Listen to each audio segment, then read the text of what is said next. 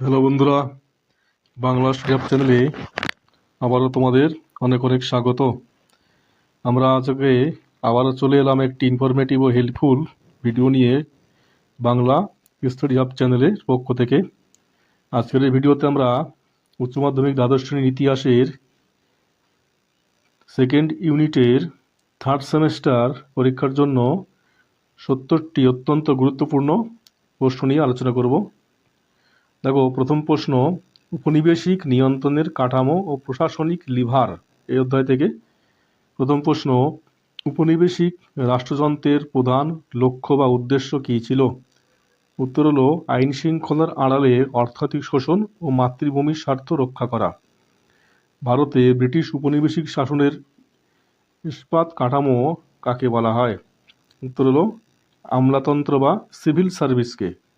আমরা এখানে বলে রাখি, তোমরা যারা এবার উচ্চ মাধ্যমিক ইতিহাসের থার্ড সেমিস্টারের পরীক্ষার্থী, ভিডিওটি একদম স্কিপ না করে পুরোপুরি অত্যন্ত মনোযোগ সহকারে দেখো।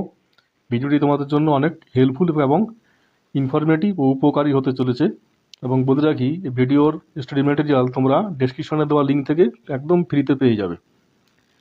ভারতে আমলাতন্ত্র বা সিভিল সার্ভিসের প্রকৃত প্রতিষ্ঠাতা বা জনক কাকে ধরা হয়? উত্তর হলো লর্ড কর্নওয়ালিস। ব্রিটিশ ভারতে সিভিল সার্ভিস পরীক্ষার বয়সসীমা কার আমলে কমিয়ে 21 থেকে 19 বছর করা হয়েছিল? উত্তর হলো লর্ড লিটনের আমলে। ভারতে কোনো ভারতীয় প্রথম আইসিএস পরীক্ষায় সফল হয়েছিলেন? উত্তর হলো সত্যেন্দ্রনাথ ঠাকুর। ফরাসি উপনিবেশিক নিয়ন্ত্রণে কোন ধরনের শাসন কাঠামো বেশি দেখা যেত? উত্তর হলো প্রত্যক্ষ ও কেন্দ্রীভূত শাসন কাঠামো। ব্রিটিশদের বিভাজন ও শাসন মানে ডিভাইড অ্যান্ড রুল পলিসি মূলত কী ছিল? উত্তর হলো জাতি, ধর্ম ও বর্ণের ভিত্তিতে স্থানীয় মানুষদের মধ্যে বিভেদ তৈরি করে শাসনকে দীর্ঘস্থায়ী করা। দেখো, অত্যন্ত গুরুত্বপূর্ণ প্রশ্ন। এই প্রসঙ্গে বলে রাখি, তোমরা দ্বাদশ শ্রেণীর ইতিহাসের সমস্ত অধ্যায়ের স্টাডি ম্যাটেরিয়াল এবং ভিডিও তোমরা আমাদের চ্যানেলের প্লেলিস্ট থেকে খুব সহজে এবং ফ্রিতে পেয়ে যাবে। সামরিক শক্তি ও পুলিশ বাহিনীর বিভাগ থেকে উপবিভাগ। দেখো, প্রথম প্রশ্ন, উপনিবেশিক কর্তৃত্ব টিকিয়ে রাখার জন্য সবচেয়ে বড় বল প্রয়োগকারী বা জবরদস্তিমূলক মাধ্যম কোনটি ছিল? উত্তর হলো সেনাবাহিনী ও পুলিশ। 1857 সালের মহাযুদ্ধের পর ব্রিটিশ সরকার সেনাবাহিনীর পুনর্গঠনের জন্য কোন কমিশন গঠন করেছিল? উত্তর হলো পিল কমিশন। মহাযুদ্ধের পর ব্রিটিশ ভারতীয় সেনাবাহিনীতে কোন নীতি কঠোরভাবে মেনে চলা হয়? উত্তর হলো counter পয়েজ of native against native, ভারতীয় সৈন্যের বিরুদ্ধে ভারতীয় সৈন্যের ভারসাম্য। ব্রিটিশ ভারতে কত খ্রিস্টাব্দে ইন্ডিয়ান পুলিশ অ্যাক্ট পাশ করে পুলিশ বাহিনীকে একটি সুসংগঠিত রূপ দেওয়া হয়? উত্তর হলো 1861 খ্রিস্টাব্দে। গ্রামীণ এলাকায় উপনিবেশিক পুলিশ ব্যবস্থার সর্বনিম্ন স্তরের পাহারাদারকে কি বলা হতো? উত্তর হলো চৌকিদার বা কোতোয়াল। লর্ড কর্নওয়ালিস প্রতি জেলায় থানা ব্যবস্থা চালু করে থানার দায়িত্ব কাকে বসিয়েছিলেন? উত্তর হলো দারোগা। পরে দেখো, উপবিভাগ আইন ও বিচার বিভাগীয় নিয়ন্ত্রণ। আইনের শাসন বা রুল অফ ল এবং আইনের চোখে সমতা, এই দুটি নীতি ব্রিটিশরা ভারতে এসেছিল প্রধানত কী উদ্দেশ্যে? উত্তর হলো ঔপনিবেশিক রাষ্ট্রকে একটি বৈধ ও সুশৃঙ্খল রূপ দিতে। ব্রিটিশ ভারতে আইনগুলিকে বিধিবদ্ধ করার জন্য প্রথম ল কমিশন কার নেতৃত্বে গঠিত হয়? উত্তর হলো লর্ড মেকলের নেতৃত্বে। লর্ড মেকলের নেতৃত্বে খসড়া তৈরি হওয়া ইন্ডিয়ান পেনাল কোড বা আইপিসি বা ভারতীয় দণ্ডবিধি কত খ্রিস্টাব্দে কার্যকরী হয়? উত্তর হলো 1860 খ্রিস্টাব্দে। রেগুলেটিং অ্যাক্ট 1773 অনুযায়ী ভারতে প্রথম সুপ্রিম কোর্ট কোথায় স্থাপিত হয়েছিল? উত্তর হলো কলকাতা, যার আগে নাম ছিল ওই জায়গাটার ফোর্ট উইলিয়াম। কলকাতা সুপ্রিম কোর্টের প্রথম প্রধান বিচারপতি কে ছিলেন? উত্তর হলো স্যার এলিজা ইম্পে। কোন বিলকে কেন্দ্র করে ব্রিটিশ ভারতের শ্বেতাঙ্গ ও ভারতীয়দের মধ্যে তীব্র বিচার বিভাগীয় বিতর্ক তৈরি হয়েছিল? দেখো, অত্যন্ত গুরুত্বপূর্ণ প্রশ্ন এবং তোরা ক্লাস 10-এও পড়েছে এগুলো। দেখো, ইলবার্ট বিল। 1883 খ্রিস্টাব্দে ইলবার্ট বিল বিতর্কের সময় ভারতের ভাইসরয় কে ছিলেন? উত্তর হলো লর্ড রিপন। এটাও তোমাদের অত্যন্ত জানা প্রশ্ন। অর্থনৈতিক নিয়ন্ত্রণের মাধ্যম উপবিভাগ থেকে যে প্রশ্নগুলো আসতে পারে। উপনিবেশিক শাসনে গ্রামীণ অর্থনীতির ওপর নিয়ন্ত্রণ বজায় রাখার প্রধান লিভার বা মাধ্যম কোনটি ছিল? উত্তর হলো ভূমি রাজস্ব ব্যবস্থা। লর্ড কর্নওয়ালিস 1793 খ্রিস্টাব্দে বাংলার কোন চিরস্থায়ী ভূমি রাজস্ব ব্যবস্থা প্রবর্তন করেন? উত্তর হলো চিরস্থায়ী বন্দোবস্ত বা পার্মানেন্ট সেটেলমেন্ট। চিরস্থায়ী বন্দোবস্তের একটি অন্যতম কঠোর শর্ত ছিল যার মাধ্যমে জমিদার বাজেয়াপ্ত করা হতো, সেটি আসলে কি? উত্তর হলো সূর্যাস্ত আইন বা সানসেট ল।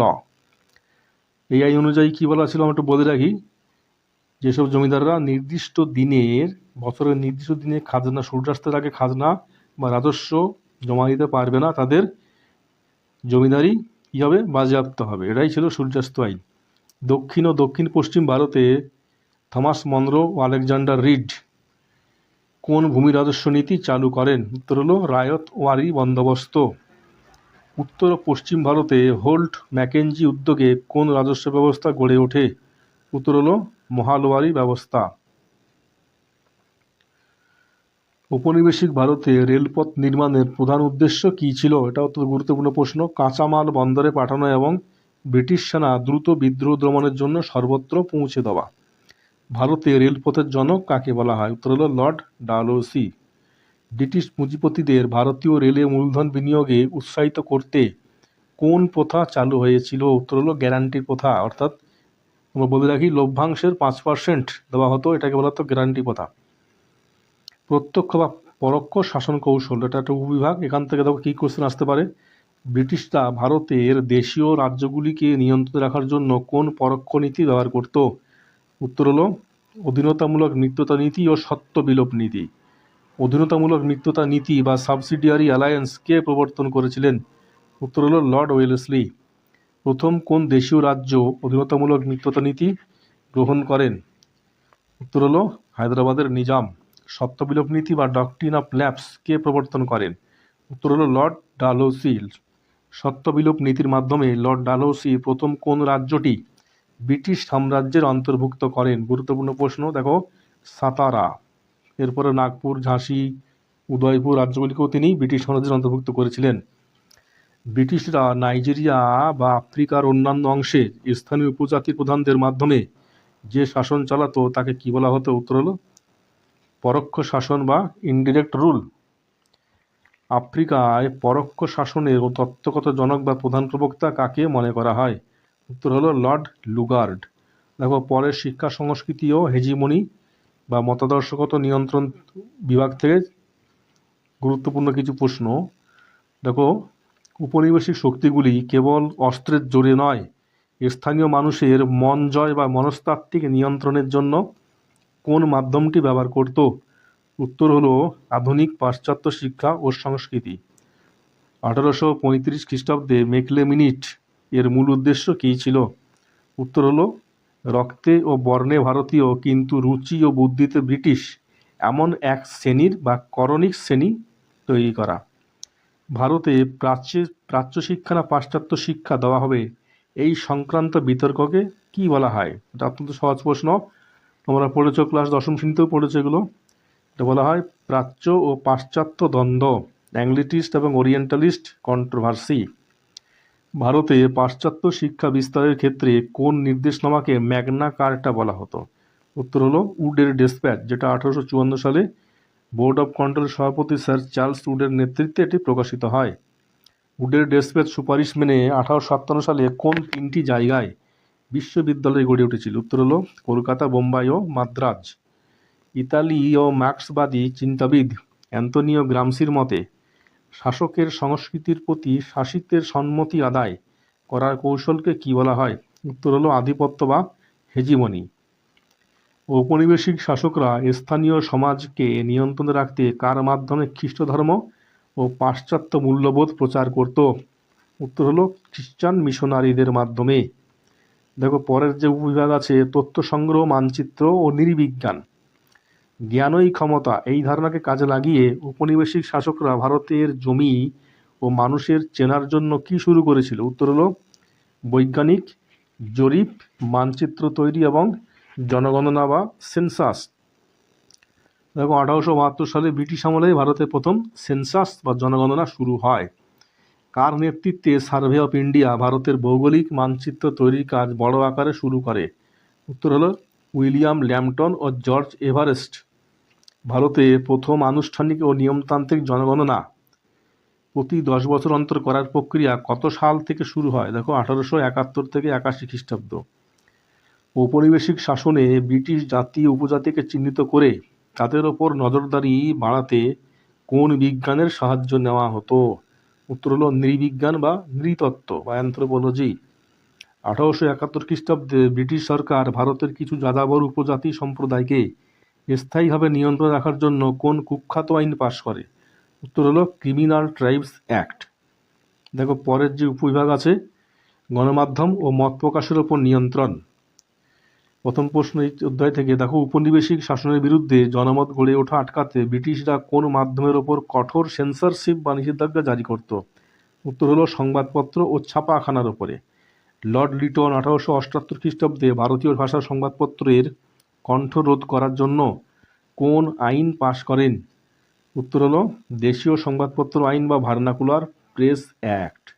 এটা 1778 খ্রিস্টাব্দের লর্ড লিটন বর্তন করেন। ভার্নাকুলার প্রেস অ্যাক্টের হাত থেকে বাঁচতে কোন রাতারাতি ইংরেজ সংবাদপত্রে রূপান্তরিত হয়েছিল? উত্তর হলো অমৃত বাজার পত্রিকা। এটা বাংলা থেকে সরাসরি ইংরেজিতে রূপান্তরিত হয়েছিল। কাকে ভারতের সংবাদপত্রের মুক্তিদাতা বা liberator of the Indian press বলা হয়? উত্তর হলো চার্লস মেটকাপকে। লর্ড লিটন 1878 সালে ভারতীয়দের অস্ত্র রাখার অধিকার কেড়ে নেওয়ার জন্য কোন আইন পাশ করেন? উত্তর হলো আর্মস অ্যাক্ট বা অস্ত্র আইন। দেখো পরের উপবিভাগ, অন্যান্য ঔপনিবেশিক শক্তিদের নিয়ন্ত্রণ। চীন ও দক্ষিণ পূর্ব এশিয়া। চীনকে সরাসরি দখল না করে ইউরোপীয় শক্তিগুলি বিভিন্ন চুক্তির মাধ্যমে বন্দর ও বাণিজ্যের ওপর নিয়ন্ত্রণ বজায় রেখেছিল। এই ব্যবস্থাকে কি বলা হয়? উত্তর হলো আধা উপনিবেশবাদ বা অনানুষ্ঠিক সাম্রাজ্যবাদ। ব্রিটিশরা মালয় উপদ্বীপে, বর্তমানে মালয়েশিয়া, অর্থনৈতিক নিয়ন্ত্রণ মজবুত করতে কোন ব্যবস্থার আশ্রয় নিয়েছিলেন? উত্তর হলো রেসিডেন্ট ব্যবস্থা। ওলন্দাজ বা ডাচরা ইন্দোনেশিয়ায় চাহিদার ওপর নিয়ন্ত্রণ বজায় রাখতে এবং কফি ও চিনির উৎপাদন বাড়াতে কোন জোরদায়ক নীতি চালু করেছিলেন? উত্তর হলো কাল্টিভেশন সিস্টেম বা সংস্কৃতি প্রথা। ইন্দোনেশিয়ায় সংস্কৃতি প্রথা বা কাল্টিভেশন সিস্টেমের প্রবক্তা কে ছিলেন? উত্তর হলো ড্যান্ডেন বোস। দেখো পরের যে উপবিভাগ, উচ্চস্তরের চিন্তনমূলক ও সমকালীন প্রশাসনিক প্রশ্ন। কর্নওয়ালিস কোড কত খ্রিস্টাব্দে প্রবর্তিত হয় যা প্রশাসনের ক্ষমতা বিচার বিভাগকে পৃথক করেছিল? উত্তর হলো 1793 খ্রিস্টাব্দে। ফোর্ট উইলিয়াম কলেজ 1800 খ্রিস্টাব্দে এটা প্রতিষ্ঠা হয়। সেই প্রতিষ্ঠার মূল উদ্দেশ্য কী ছিল? অত্যন্ত গুরুত্বপূর্ণ এটা। দেখো সিভিল সার্ভিস বা আমলাতন্ত্রে নিযুক্ত তরুণ ব্রিটিশদের ভারতীয় ভাষা ও সংস্কৃতি শেখানো। ফোর্ট উইলিয়াম কলেজ কার উদ্যোগে প্রতিষ্ঠিত হয়েছিল? উত্তর হলো লর্ড ওয়েলেসলি। ব্রিটিশ পার্লামেন্টে কত খ্রিস্টাব্দের সনদ আইনের মাধ্যমে ভারতে ইস্ট ইন্ডিয়া কোম্পানির বাণিজ্যে একচেটিয়া অধিকার, চা ও চিনি বাদে অবসান ঘটায় এবং রাজনৈতিক নিয়ন্ত্রণ বাড়ায়? উত্তর হলো 1813 খ্রিস্টাব্দের সনদ আইনের মাধ্যমে। কত খ্রিস্টাব্দে চার্টার অ্যাক্ট বা সনদ আইনের দ্বারা ভারতের গভর্নর জেনারেলকে সমগ্র ব্রিটিশ ভারতের গভর্নর জেনারেল হিসাবে ঘোষণা করা হয়? উত্তর হলো 1833 খ্রিস্টাব্দে। 1833 খ্রিস্টাব্দের আইন অনুযায়ী সমগ্র ব্রিটিশ ভারতের প্রথম গভর্নর জেনারেল কে ছিলেন? উত্তর হলো লর্ড উইলিয়াম বেন্টিং। 1858 খ্রিস্টাব্দের ভারত শাসন আইন বা act for the better government of India পাশের প্রধান রাজনৈতিক প্রভাব কী ছিল? উত্তর হলো ভারতে কোম্পানি শাসনের অবসান এবং ব্রিটিশ রাজমুকুটের প্রত্যক্ষ নিয়ন্ত্রণ প্রতিষ্ঠা। 1858 সালে পর ভারতে প্রথম ভাইসরয় বা রাজপ্রতিনিধি কে ছিলেন? উত্তর হলো লর্ড ক্যানিং। অত্যন্ত গুরুত্বপূর্ণ এবং তোমাদের জানা প্রশ্ন এটা। ঔপনিবেশিক শাসকরা দেশীয় রাজ্যগুলির ওপর যে সর্বোচ্চ ক্ষমতার অধিকার দাবি করত তাকে আন্তর্জাতিক আইনের ভাষায় কি বলা হতো? উত্তর হলো প্যারামাউন্টসি বা পরম সার্বভৌমত্ব। ব্রিটিশ আমলারা জেলা স্তরে আইন শৃঙ্খলা ও রাজস্ব এই দুই ধরনের ক্ষমতা হাতে রাখতেন। জেলা স্তরে এই প্রধান পদটিকে কি বলা হতো? উত্তর হলো জেলা শাসক বা ডিস্ট্রিক্ট ম্যাজিস্ট্রেট বা কালেক্টর বা ডিএম। লর্ড ডালহৌসি কোন অজুহাতে 1856 সালে অযোধ্যা রাজ্যটি ব্রিটিশ সাম্রাজ্যের অন্তর্ভুক্ত করেছিলেন? উত্তর হলো কুশাসন বা অপশাসনের অজুহাতে।